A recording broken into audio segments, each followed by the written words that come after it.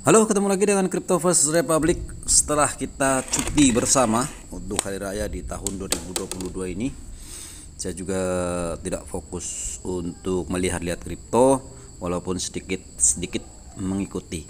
Oke, kali ini kita akan mencoba membangun optimisme, guys. Apakah kripto ini masih layak untuk kita pertahankan buat kalian para hodler tentu saja ya yang mencoba untuk menyimpan kripto untuk jangka panjang. Sekali lagi ini untuk jangka panjang. Kalian tidak bisa mengharapkan kripto itu cuan besok pagi, bulan depan atau 2-3 bulan ke depan, itu tidak bisa, apalagi 2-3 menit ke depan.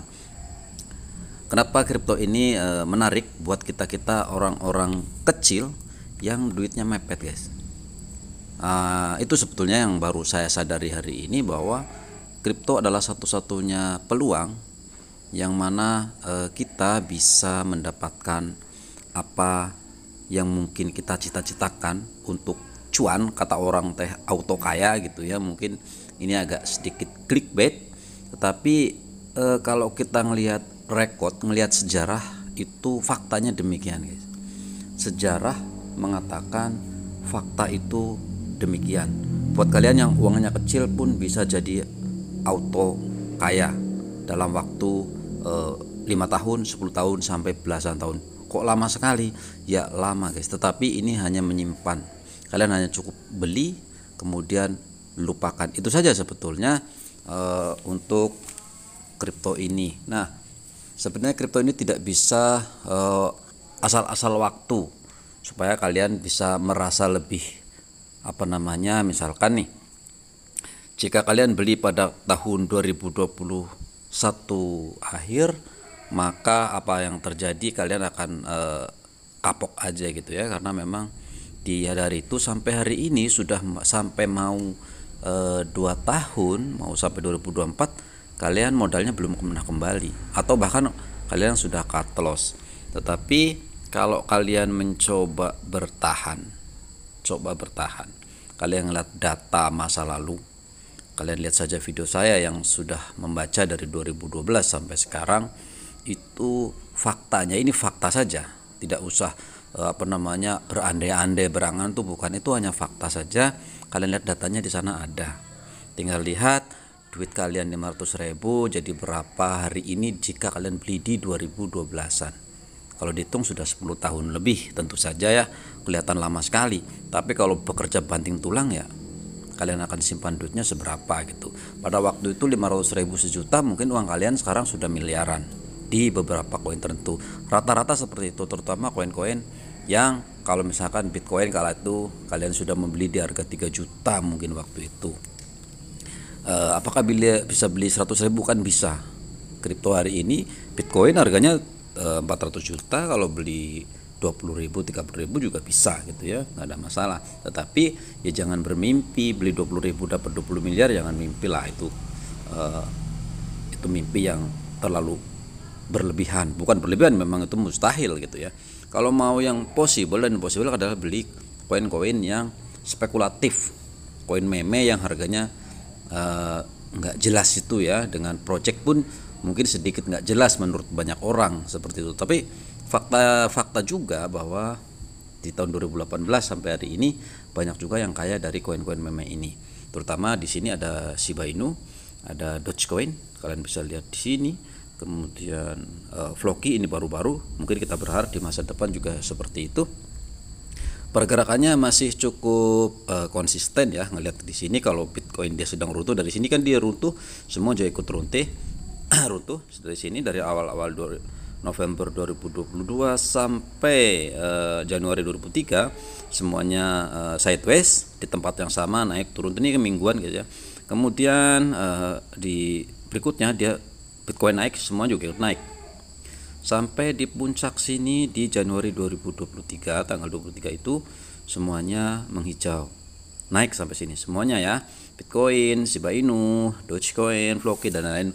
Coba kalian lihat yang lain-lain juga sama, semuanya hijau. Kemudian di minggu berikutnya dia langsung merah, kemudian turun sampai di sini.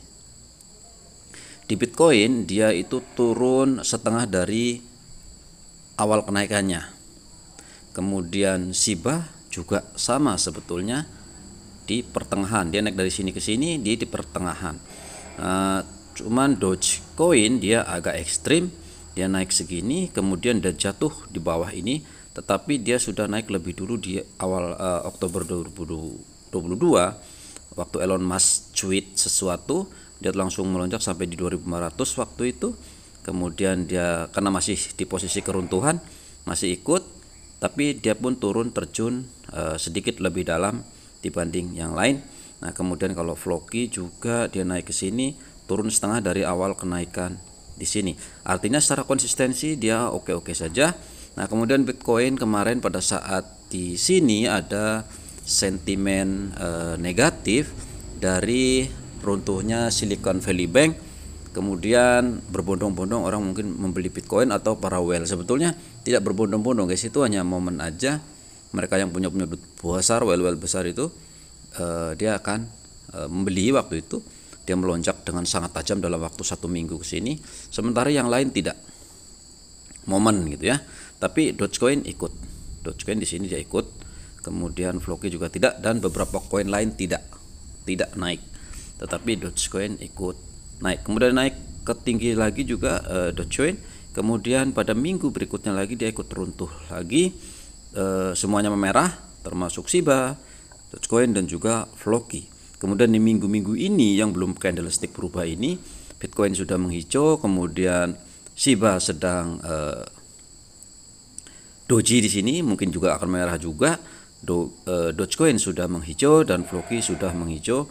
Pergerakannya mirip-mirip dengan Bitcoin di sini ya, sudah naik kemarin kemudian turun lagi karena momen ada Binance yang dia mencoba something di Twitter gitu ya, banyak orang mau masuk ke sana. Nah, itu adalah pergerakannya. Jadi pergerakan artinya apa?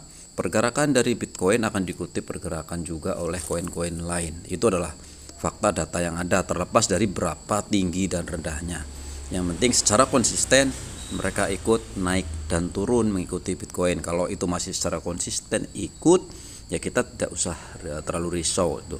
Nah, sebaiknya kalau kalian yang belum pernah beli, tetapi kalian tertarik, belilah koin-koin meme yang cukup populer, dikenal banyak orang. Karena pada dasarnya kripto ini memang FOMOis gitu aja ya. Jadi FOMO, orang naik beli kemudian dam lagi, dan memang seperti itu, kalian sudah harus terima itu. Pada hakikatnya begitu, makanya kita tidak boleh jual beli dengan asal-asalan tanpa melihat data masa lalu. Makanya data masa lalu itu jadi penting. Jadi setiap halving 4 tahun sekali dia itu akan naik tinggi. Itu adalah data-data masa lalu dan sudah terjadi berulang. Mungkin kita akan berharap di tahun 2024 akhir, 2005 awal itu akan mengalami hal sama atau minimal mengulangi sejarah masa lalu. Apakah itu akan terjadi? Tidak ada jaminan apapun. Beli tidak harus banyak juga, beli juga tidak harus sekali beli kemudian banyak. Kita bisa DCA, dollar cost average, artinya berapapun posisinya untuk tahun ini sebelum halving kalian beli 100.000, 200.000 terus sampai perkiraan nanti bulan Agustus September, di saat Bitcoin sudah coba bull run sampai ke 40.000. Kalau kalian merasa agak-agak itu, kalian stop saja dulu dan lupakan, tunggu setahun ke depan sampai akhir 2024. Seperti itu aja, kalau supaya kalian tidak terlalu memikirkan banyak hal, dan menjaga optimisme itu adalah penting supaya kalian tidak dicoba di cut loss. Jadi saran saya adalah jika kalian ingin sekedar membeli, beli dan lupakan. Tidak usah melihat lagi berita-berita, tidak usah melihat lagi apapun itu. Toh pada posisi hari ini jika kalian cut loss juga akan rugi juga. Tapi tidak ada salahnya kalau kalian hold beberapa tahun ke depan, di mana siapa tahu sejarah itu terulang. Kenapa kok siapa tahu dan siapa tahu? Karena kita hanya bisa membaca masa lalu. Masa lalu itu apakah terulang kembali? Bisa iya, bisa tidak. Tetapi kalau melihat data yang sudah terulang beberapa kali, artinya ada potensi di masa depan akan mengulang kembali, terlepas dari berapa tinggi dan rendahnya. Mudah-mudahan demikian guys. Ini hanya sebatas penyemangat saja di akhir lebaran, hari libur. Mungkin nanti kita akan mencoba melihat fakta-fakta lain gitu ya, tapi kita sekarang ini hanya sekedar clickbait, menyemangati kalian yang sudah punya dan belum merasa dapat apa-apa gitu ya. Jadi sekali lagi, kalau uang kalian receh, jangan pernah berharap banyak dalam waktu dekat. Yakinlah, beli kemudian hold setahun ke depan, minimal sampai akhir 2024 atau di awal-awal 2025. Kalian beli, lupakan, kemudian di tahun-tahun itu kalian coba lihat kembali dompet Anda. Kalau kira-kira Bitcoin sudah menyampai ATH-nya, kalian harus siap-siap. Biasanya Bitcoin menyentuh ATH, dia akan turun kembali, kemudian akan bam ke atas. Diperkirakan oleh para analis atau di atas 100.000 US dollar per BTC. Di saat itulah kalian harus bersiap-siap untuk mencoba menjual sesegera mungkin, karena dia akan runtuh kembali. Mungkin bisa akan naik 150.000, ada analis yang bilang begitu, tapi kalau kalian ingin merasa aman, jual saja untuk kalian merasakan bahwa kripto itu menghasilkan. Nah, kalau memang mau menunggu sampai 2028-2030, kalian coba beli separuhnya saja, jual separuhnya saja. Seperti itu guys. Oke, itu saja. Terima kasih dan bye-bye.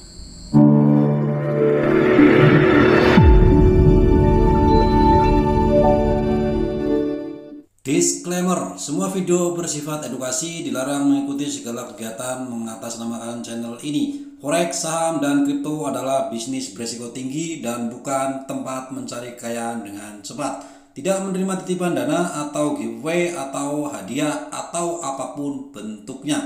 Berhati-hatilah terhadap penipuan dan manipulasi yang menyerupai perdagangan aset ini.